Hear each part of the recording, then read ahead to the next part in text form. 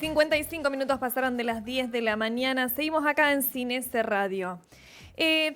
Hoy en realidad comienza el Congreso para poder el Congreso Argentino, de Diabetes en Rosario, que va a ser hasta el 1 de octubre, donde se van a abordar distintos temas que tienen que ver justamente con diabetes y enfermedades cardiovasculares. En nuestro país, alrededor de 1 de cada 10 adultos tienen diabetes tipo 2. 4 de 10 argentinos, además, padecen enfermedades cardiovasculares. Pero mejor hablemos con quien realmente sabe. Tenemos en línea al doctor Antonio Saleme, jefe de servicio de endocrinología y metabolismo del Sanatorio Santa Fe. Buenos días, doctor. Gracias por atendernos. Buenos días, ¿cómo están? Gracias a Muy ustedes bien. ¿Qué nos espera en este congreso, en este debate? Bueno, primero que nada nos espera volver a la presencialidad después de la pandemia, así que diría que eso es una parte importante del Congreso, volver a vernos todos los colegas que nos dedicamos puntualmente a diabetes o endocrinología, volver a vernos presencialmente. Y después, desde el punto de vista académico, vamos a abordar la diabetes, pero no solo la diabetes, sino que también vamos a abordar la puerta de entrada a la diabetes, porque completando los números que vos contabas recién, 9 de cada 10 personas que tienen diabetes tienen también sobrepeso o obesidad, así que la obesidad y el sobrepeso son la puerta de entrada.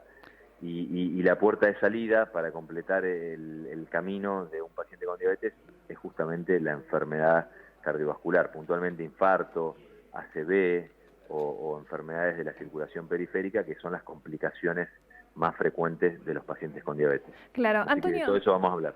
De consulta, en realidad una problemática que se está viendo mucho más en personas jóvenes, por lo que al menos se está viendo al menos en los índices, y que se ha incrementado incluso con la pandemia. Tiene que ver mucho también, nos quedamos en casa, trabajamos desde casa, empezamos a hacer un montón de cosas desde casa y parte de la actividad física de alguna forma también se fue frenando.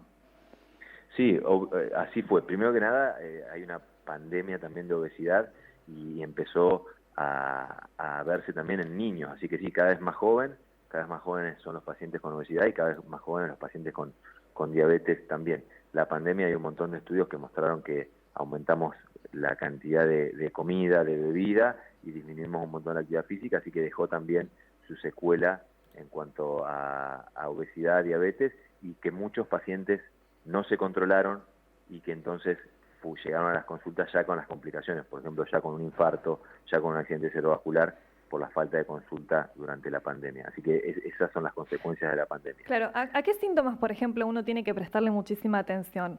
Porque normalmente, uno empieza, tengo como taquicardia, cierta arritmia, lo dejo pasar, empiezo a tomar un poco más de agua, de pronto dejo de tomar agua. ¿A qué síntomas realmente uno tiene que decir, no, acá hay algo que no está bien y no me puedo seguir demorando para sacar turno al cardiólogo, por ejemplo?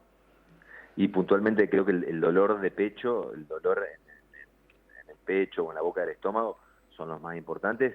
Sentir taquicardia o que el ritmo cardíaco es irregular, también esos podrían ser los síntomas de alarma, o en el caso de un accidente cerebrovascular, si perdemos la fuerza de parte de nuestro cuerpo. Pero yo diría que, al contrario, lo que tenemos que hacer, las enfermedades crónicas son asintomáticas, esa es su característica. Claro, son más silenciosas.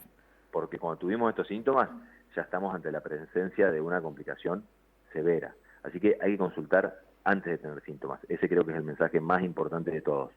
Bien, y en este tiempo donde claramente a veces los tiempos también de alguna forma nos juegan en contra, porque si no salís de un trabajo y te vas al otro, o tenés 1000 actividades para hacer, ¿qué es lo más recomendable como para realmente llevar una vida un poco más saludable? Bueno, llevar una vida saludable es bastante Es muy complejo, amplio, como sí. vos decís. No, y es complejo. A ver, más que amplio lo podríamos resumir: comer adecuadamente y hacer actividad física.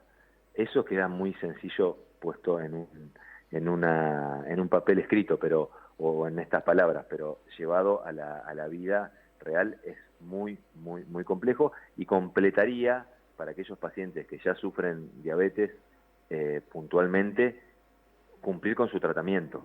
Bien, eso también es muy importante, y se sumaría a actividad física, comer bien y cumplir con su tratamiento, que a veces es muy complejo porque son tratamientos que requieren de muchas pastillas por día y de efectos adversos, etcétera, etcétera. Claro, en cuanto a la diabetes, ¿se está viendo como un índice mucho más alto o más importante de diabetes infantil? ¿O es algo que Sí, se ve más claro. en un promedio, por, qué sé yo, por encima de los 30, 35 años?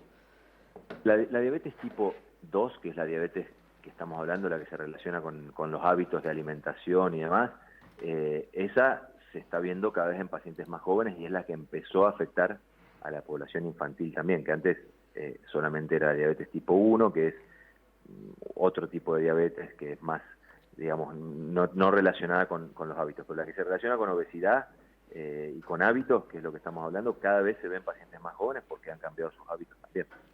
Claro. ¿Secuelas te tocó ver con respecto al COVID que afectaron específicamente, por ejemplo, todo lo que tiene que ver con la parte cardiovascular? Porque es algo de lo que se ha hablado muchísimo.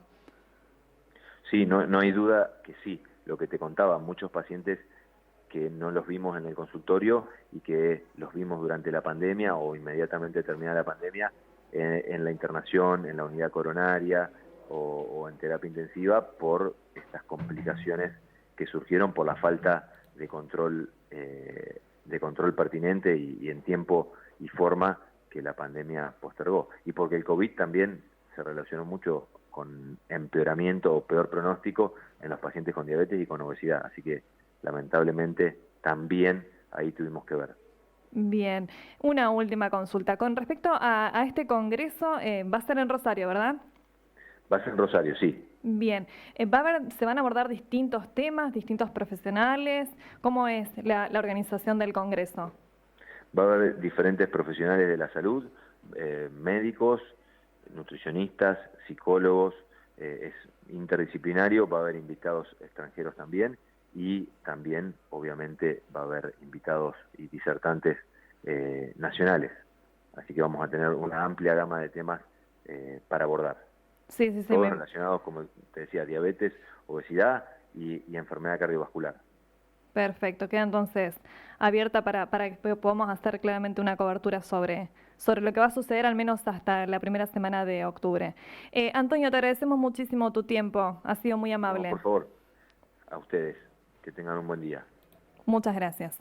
Ahí lo Hasta luego. escuchábamos al doctor Antonio Saleme, que es jefe del Servicio de Endocrinología y Metabolismo del Sanatorio Santa Fe, hablando acerca de dos enfermedades que realmente están muy asociadas y tienen que ver con la diabetes y los problemas cardiovasculares, problemas y enfermedades que se han de alguna forma incrementado durante la pandemia y que tienen que ver claramente también con el tipo de ritmo de vida que llevamos, el dejar de hacer actividad física, el dejar de consumir agua, la cantidad necesaria y el dejar de hacerse los controles que claramente tenemos que hacernos todos los años.